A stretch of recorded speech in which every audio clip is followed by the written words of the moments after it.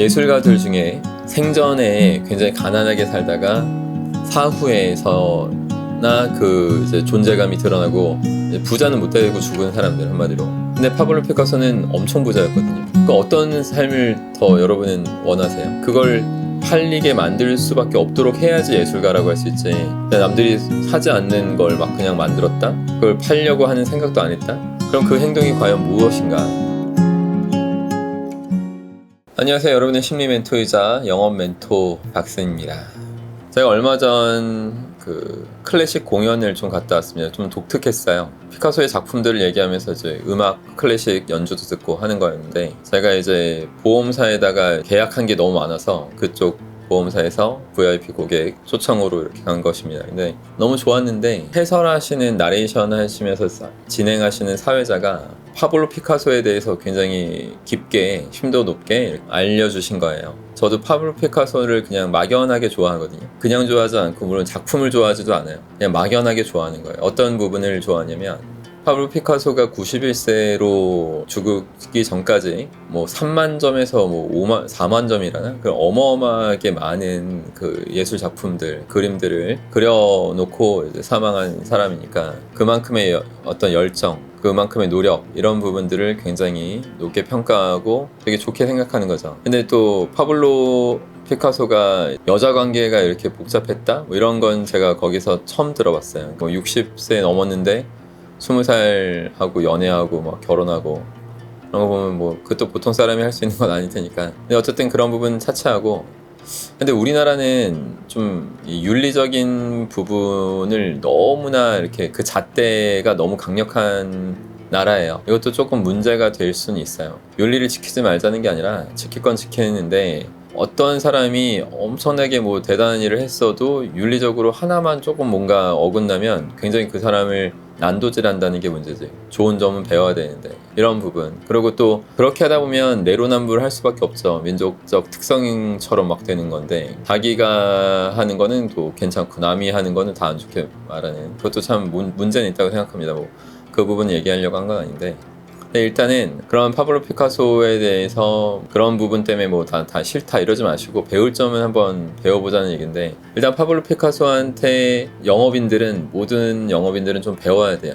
어떤 부분을 배워야 되냐면, 이 파블로 피카소는 사람들한테 전화를 했어요. 젊었을 때 미술관 종사자들한테, 미술 판매, 아트 갤러리 이런 사람들한테 다 전화해가지고, 파블로 피카소의 작품이 있냐 거기. 없다고 하죠. 그럼 왜 파블로 피카소 유명한 작가, 예술가인데 왜 없냐고 또 항의하고, 언제 갖다 놓을 거냐고 이렇게 막 묻고, 그런 걸 계속 하는 거예요. 그러니까 사람들이 하도 그런 전화를 많이 받고 하니까, 파블로 피카소가 유명한가 보다 해서 또 파블로 피카소로부터 그 그림을 구매해서 또 전시도 하고, 이런 것들을 계속 하게 된 거죠. 그러니까 가만히 뭐 남들이 사줄 때까지 그냥 수수방관하는 사람이 아니었던 거죠. 본인이 이렇게 적극적으로 판매하려고 무진장 애를 쓰고 노력한 사람이에요. 그래서 엄청 부자가 된 거죠. 사실 저는 개인적으로 이렇게 생각합니다. 예술가들 중에 생전에 굉장히 가난하게 살다가 사후에서나 이제 존재감이 드러나고 부자는 못 되고 죽은 사람들, 한마디로.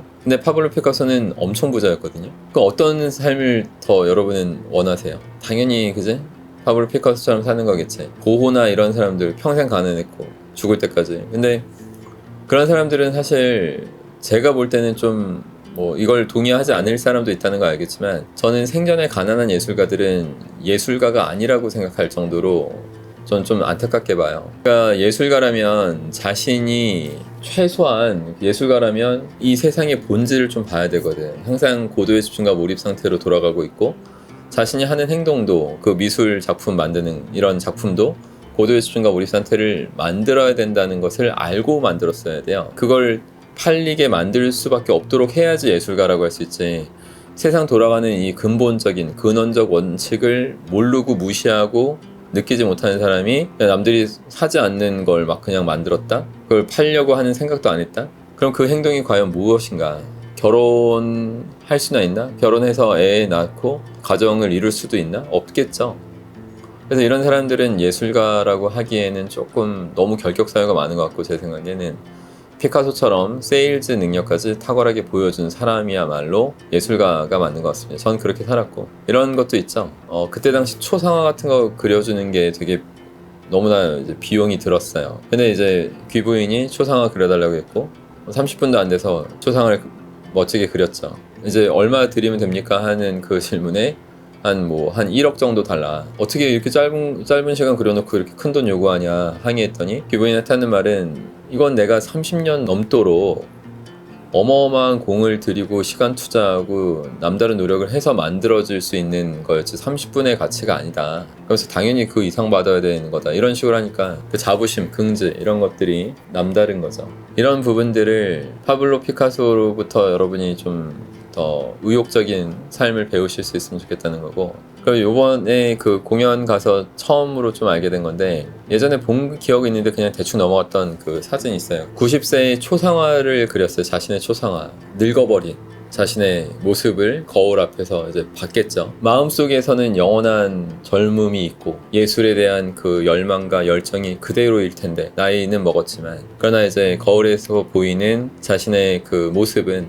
주름살이 아주 많은 죽음이 드리워진 그 모습이었던 거죠. 근데 거기 사진에서 보면 이쪽 여러분이 보실 때 좌측 측면에 붉은 빛이 감돌아요. 그 이유는 이제 죽음이 드리워지고 있다는 것을 이제 암시하는 것 같고, 그 눈을 보면 빨간색 기운이 벌써 들어가 있으니까 죽음을 진짜 직면하고 바라보고 있는 거야. 여러분이 볼 때 오른쪽의 눈을 보면 죽음의 그림자가 전혀 없고 자신을 아주 또렷하게 바라보고 있는 그 눈빛을 느낄 수 있어요. 그러니까 죽음을 그대로 직면하는 그런 모습을 보여주는 거죠.